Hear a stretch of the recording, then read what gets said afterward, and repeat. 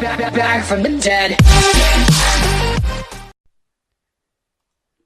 Hey, Side here, and today I'm very excited. I will finally be showing you the Golgari deck that I've been making. So all of this farming that I've done in the past, doing the traditional constructed events, have led to this moment. I've been building my deck, I've been unlocking wildcards and modifying this green and black deck. This game is not just about farming the gold and the gems. It's also to have fun. So I made this deck here that is maybe not as competitive as my mono red aggro deck to win events, but it's definitely fun to play. So what I've been doing with this deck, well, at first I was really doing I was building a deck around the undergrowth ability of some cards like Necrotic Wound, and what else here do we have? Izoni, which is super powerful, the Lotleth Giant, which is a bomb, the Molderhulk, which is pretty awesome, and there was many other cards in this deck before. I had this one. So as you can see here, target creature gains menace and gets +X/+0 until end of turn, where X is the number of creature cards in the graveyard. I used to run this in combination with the Okran Assassin, which was a nice combo, but ultimately when I discovered this card here, Journey to Eternity, I decided to focus the deck around it because it's really fun to play. When I transform Journey to Eternity, I get Atzal, Cave of Eternity, which allows me to return target creature card from the graveyard to the battlefield, paying 5. So if I can cast a Molderhulk or a Lotleth Giant or Izoni, it actually costs less to cast it from the graveyard than from my hand. So I like to see those cards in the graveyard. Also, in combo with the Ravenous Chupacabra, it is heavily focused on removal. You know, like this one dies, gets to return on the battlefield. With Journey to Eternity, I can destroy a target creature again, and, you know, the wheel spins. I haven't unlocked all the rare lands. I would like to run more Woodland Cemetery. I also collected a few mythic wild cards and used them on the Golgari Queen, which is very nice in synergy with the rest of the deck here. I like to run Assassin's Trophy also, because for 2 I get to remove any permanent an opponent controls on the battlefield, so that is pretty good. I run 2 Plaguecrafter here, so I can sacrifice my creature that has been enchanted with Journey to Eternity, because if I leave Journey to Eternity too long on on a creature, there's a chance that the opponent removes it somehow before I'm able to transform it. So yeah, Suppliers, Stitcher Supplier and the Glowspore Shaman is 2 low cost cards. I can play this one for 1 and this one for 2, and it throws some cards in the battlefield, in the graveyard, which I want to, because I need some cards there for the undergrowth abilities of some cards, and also so I have something to revive with Journey to Eternity. Also, the more creature I have in the graveyard, the stronger is Izoni and the Lotleth Giant, which are pretty much my win conditions here. I sometimes win with the emblem from Vraska, which is you get an emblem with whenever a creature you control deals combat damage to a player, that player loses the game. So if I get that emblem, any creature that hits the player, it's game over.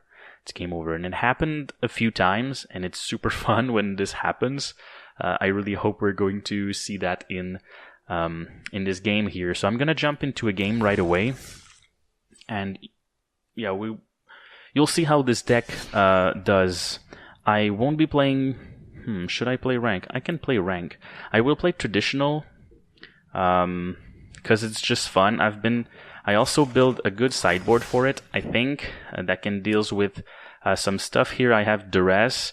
I like to replace my Necrotic Wound and some other cards for Duress if I'm playing against like those kind of blue-white or blue-black that removes or counters. So this is always good. You want to remove their counters before they can counter your cards. Also, if I play against an opponent that has a heavy flying deck, like a deck with flying creatures, I like to throw the Harpooner instead of the Merfolk Branchwalker here. And this one is kind of odd. I know it's a Merfolk and it's a green one, doesn't really make sense, but with the Explore ability, I get to maybe throw something in the graveyard, and also it helps to get a land, and it's so you pay 2 and it may become a 3/2, which is pretty good. Midnight Reaper here is the way to get more cards, so that's my draw card.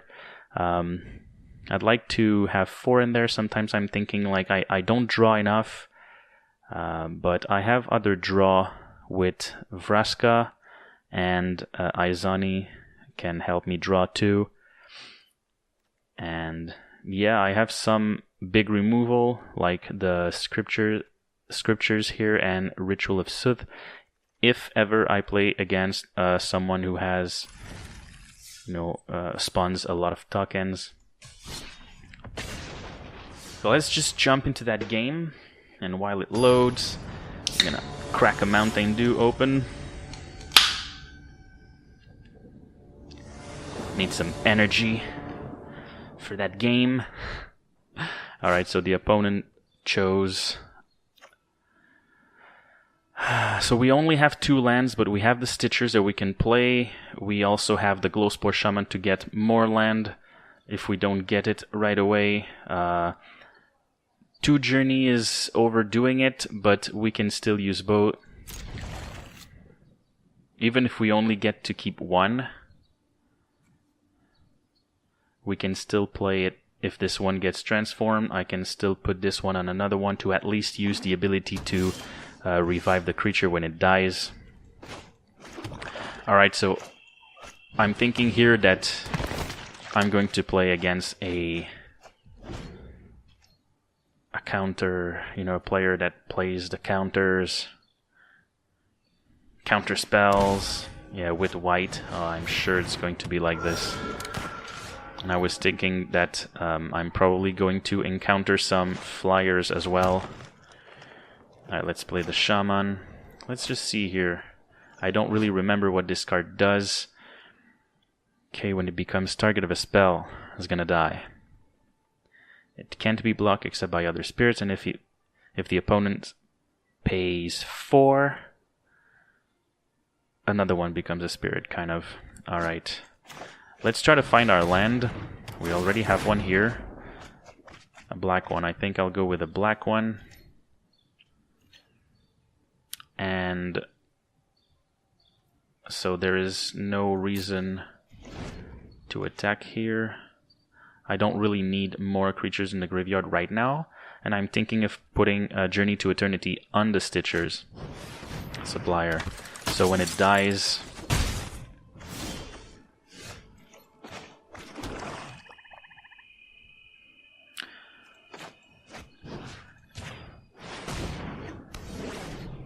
Alright, I'm going to attack with this one. Maybe I can get a trade for this.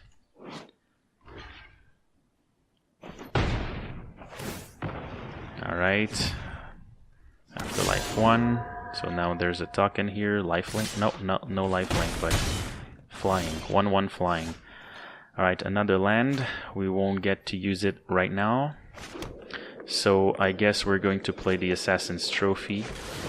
And I'm going to go on this one.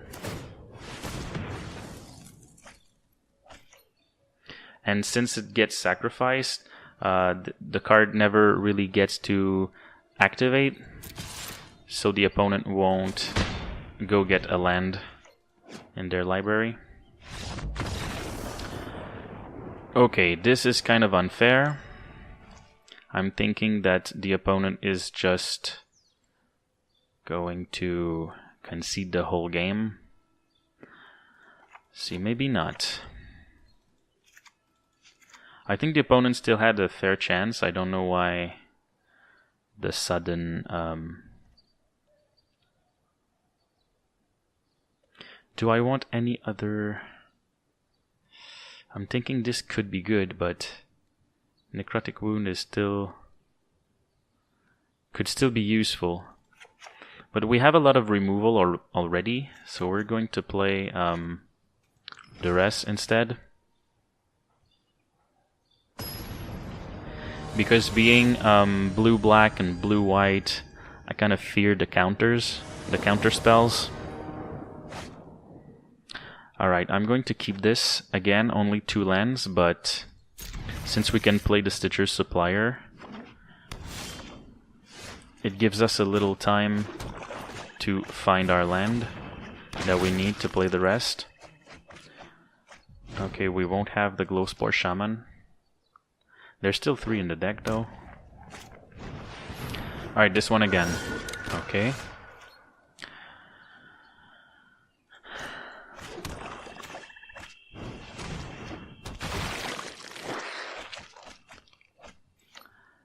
Okay, no need.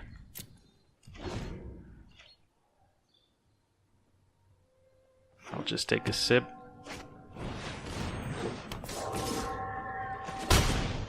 Here's the flyer. Other spirits you control get +1/+1. That's not good. So he's probably playing a spirit theme deck, I guess. So what's kind of bad here is that we didn't find our land. So we're really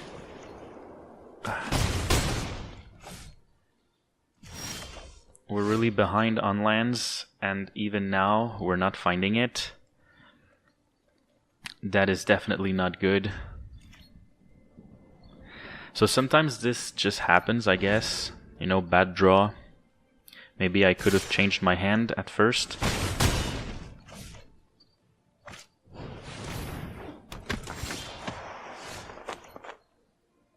Can't even play the Assassin's Trophy. So what I'm going to do here, the opponent conceded early before. I'm going to do the same. And I will see you in the last round in the next video. Thanks for being on my side, guys. See you in the next one.